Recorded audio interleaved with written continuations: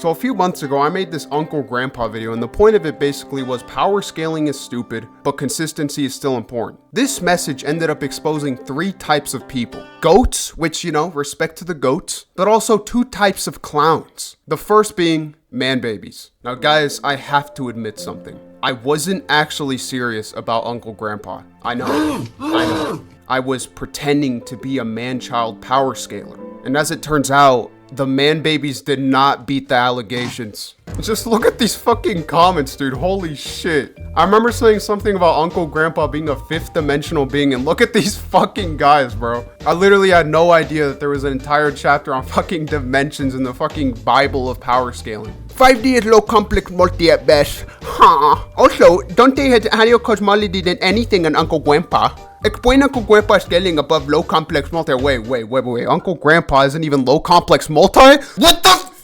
Cartoon Network? What are you doing? You fucking idiots didn't even make Uncle Grandpa. Oh, fuck, man.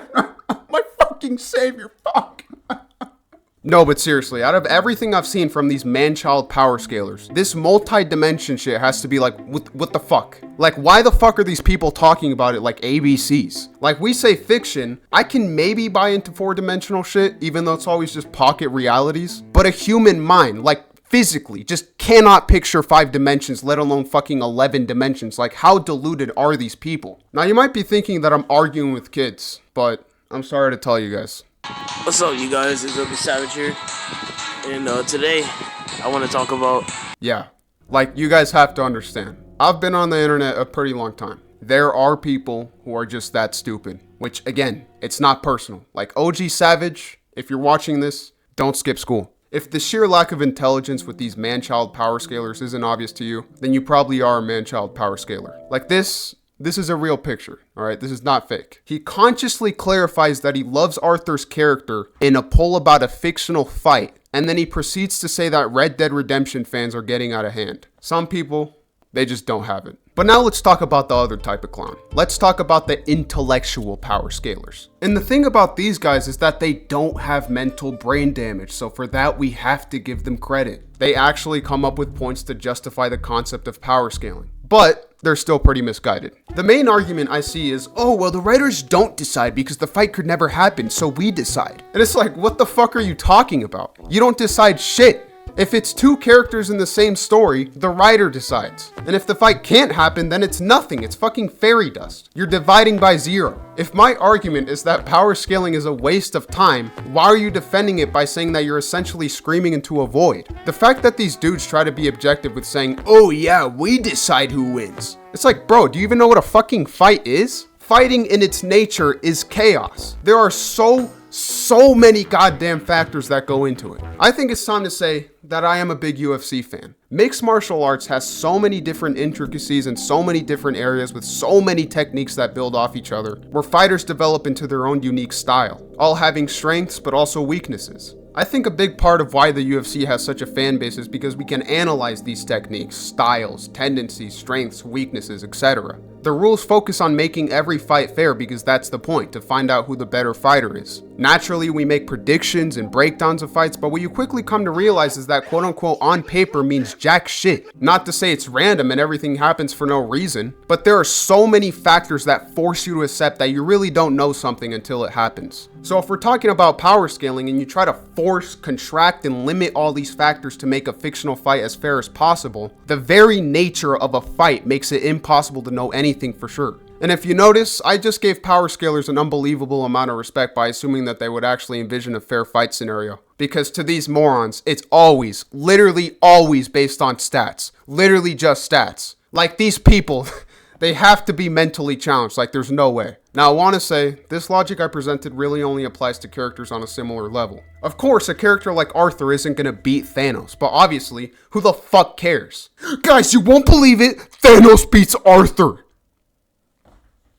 And the last thing I want to say to this stupid ass argument is if the writer decides the fights that can happen, how does power scaling account for story context? And that almost every fight that happens in a story isn't perfectly fair. And also, because we're talking about fiction, the writers don't have the answer to who would win in a fair fight. In fact, sometimes the writers shit the bed with something illogical. The reality is that the point of these dumbass fictional characters fighting isn't to find out who would win in a fight. The purpose of it is to serve the story. In the UFC, we don't say, oh, this fighter's objectively better than this other fighter. We say this fighter beat that other fighter on the night. Just like in fiction, whatever fight happens, you can only say, oh, well, this character beat this character in this story. That's it. It's impossible for you to ever have an objective answer. So the next argument is, you yourself make videos about power levels. Like, did you guys even watch the fucking video? Guys, apparently anybody who ever criticizes logic in fiction is a power scaler. Shout out to my fucking favorite power scalers, guys. Awesome. Now for reference, while the UFC might seem unpredictable, it's still real. And everything real happens for a reason. Hindsight is 2020, and that's why we analyze. But when Thanos refuses to use the reality stone and almost gets neutralized for it, that's just called bad writing. Now I use the term power level because it was convenient, but maybe I should just use the word contrivance. I'm not saying Captain America should never beat Iron Man. I'm saying that Captain America doesn't weigh 10,000 pounds. It's not, oh, Captain Cold can never beat the Flash. It's why the fuck did the Flash run into an ice wall if he perceives things fast enough to freeze time? These are actual problems with the logic of the universe, not power scaling, you dumb fuck. So here's the last argument I want to talk about. Power scaling is fun, bro. Here's the thing. If you're just trading insults with your friend like, yo, translucent could kick the deep's ass. No man, the deep is the king of the ocean. Nah man, translucent would go invisible and then fuck. That's not power scaling. Power scaling is trying to factually find out the power level of a character in relation to other characters. So if it's like dumb ape banter or like a joke, that's not power scaling. Now, when talking about actual power scaling, using dumbass categories is literally just a waste of time. Not only is it power scaling, it literally proves nothing. So let me go ahead and actually power scale. Megamind versus Batman. Alright, so the fight would be in an arena, and they would both be trying to kill each other. But wait, that would go against the character of Batman. And who knows what he would be like if he killed people. So maybe knocking each other out, but Megamind wouldn't knock someone out. What about... Okay, so both would be trying to kill each other in a simulation where they know it isn't real. Weapons. Megamind would probably develop an insta-kill sniper. And Batman would probably also use guns. Fuck. Okay, Megamind versus Batman. In conclusion, Megamind would probably be able to beat Batman depending on his strategy, arsenal, technique, and other numerous factors that he could choose. That is, unless Batman wins. With whatever his combination of strategy, arsenal, tech... Where'd everyone go? I think what these power scalers should ask themselves is, why were these characters even created? So one question I'm always asked.